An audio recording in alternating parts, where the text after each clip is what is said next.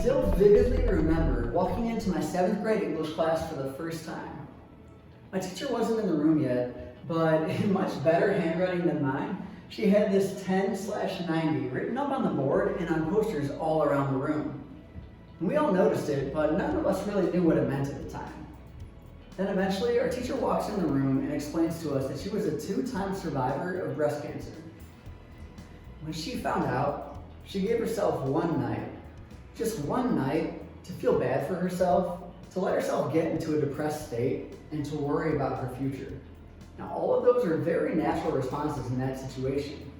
But then the difference is, starting the very next morning, she channeled all of that energy into finding a solution, into finding a way to survive, and not just survive, but to come out of it even stronger and happier than she was before. She explained to us that life is 10% what happens to you, and 90% how you deal with it. And I probably wouldn't even be up here sharing right now if she hadn't taught me that lesson at such an early age. I mean, it really put things into perspective for me. If someone facing a situation like that could see past their problems and focus only on finding a solution, well then so can I, and so can you. So I have a pretty unlikely story. A few years ago, I was in a relationship and things were going great for a while, but then fast forward a bit and she became an alcoholic and was really abusive towards me. And like most people in that situation, I ended up staying in it way too long. I mean, I've always been a happy and confident guy, but I got to the point where I essentially lost every ounce of confidence that I had in myself. And after feeling that way for so long, I just got sick of it, and I knew that I had to make a change. I remember sitting in my room one night with a sheet of paper, and on the left side of that page, I wrote down everything that I wasn't happy about in my life, but just brutally honest with myself. And then on the right, I wrote what positive thing I wanted to replace each of those with. And in the middle, I wrote down the changes that I could make day to day to close the gap from where I was to where I wanted to be. It's the decisions that you make in life that will determine your future, not your circumstances. Your life can change for the better. And here's the great news. It's all up to you.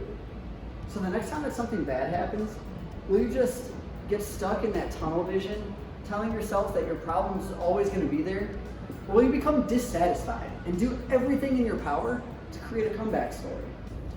Nothing can ruin your day unless you give it the power to. And nothing from your past can limit your future unless you give it the power to. And I would actually be more confident in your ability to create success and happiness in the future than someone with an equal skill set that didn't have to go through what you were strong enough to overcome. See, in my opinion, the most exciting point in a person's life is when they become dissatisfied. Now stay with me here. I know being dissatisfied sounds negative, but nothing is more powerful than when you've hit a wall and you're unhappy with where you're currently at.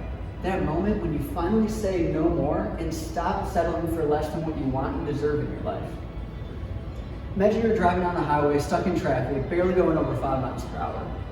Eventually, you join the crowd, start yelling and honking at the cars in front of you. Probably even yelling things that would get me kicked off the stage right now if I were to repeat them. But after a few minutes, something changes. You look to your left and right, and you realize that both lanes have actually been open the entire time. Now, once you realize that, would you stay in your lane and continue complaining about your situation? Of course not. You switch lanes and go full speed ahead to get to your destination. It's just common sense, right? Yet so often in life, we stay stuck in our problems, only seeing our hardships through the vantage point of that problem, without putting any energy into finding a solution. But it's in that instant, that moment when we hit that level of dissatisfaction, that we finally unleash our true power to reshape our future. And someone that's made a great impact on my life, a man named Les Brown, once told about a time that he went for a walk around his neighborhood. And here's what he said. As I walked by this one house, I could see my neighbor sitting up on the front porch with his dog. But then as I got closer, I could see that the dog was howling and crying in pain, and rolling around on the porch in front of his owner. I look up and ask, "Sir, is your dog okay?"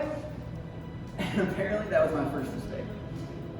"Oh yeah, he's fine. He's just laying on a nail." Laying on a nail? Sir, why doesn't he just get up off of that now? And at this point, the man is just looking at me, shaking his head. He will eventually. You know, he does this all the time. It just doesn't hurt him that bad yet. Are y'all still with me here? Do you see the power you unleash when you become dissatisfied and commit yourself to making change? Versus the destructive power of accepting something in your life just because it doesn't hurt you that bad yet? Negative things are still going to happen from time to time, but you are always in control of how you respond to them. And remember, it's the decisions that you make in life, not your circumstances, that will define your future.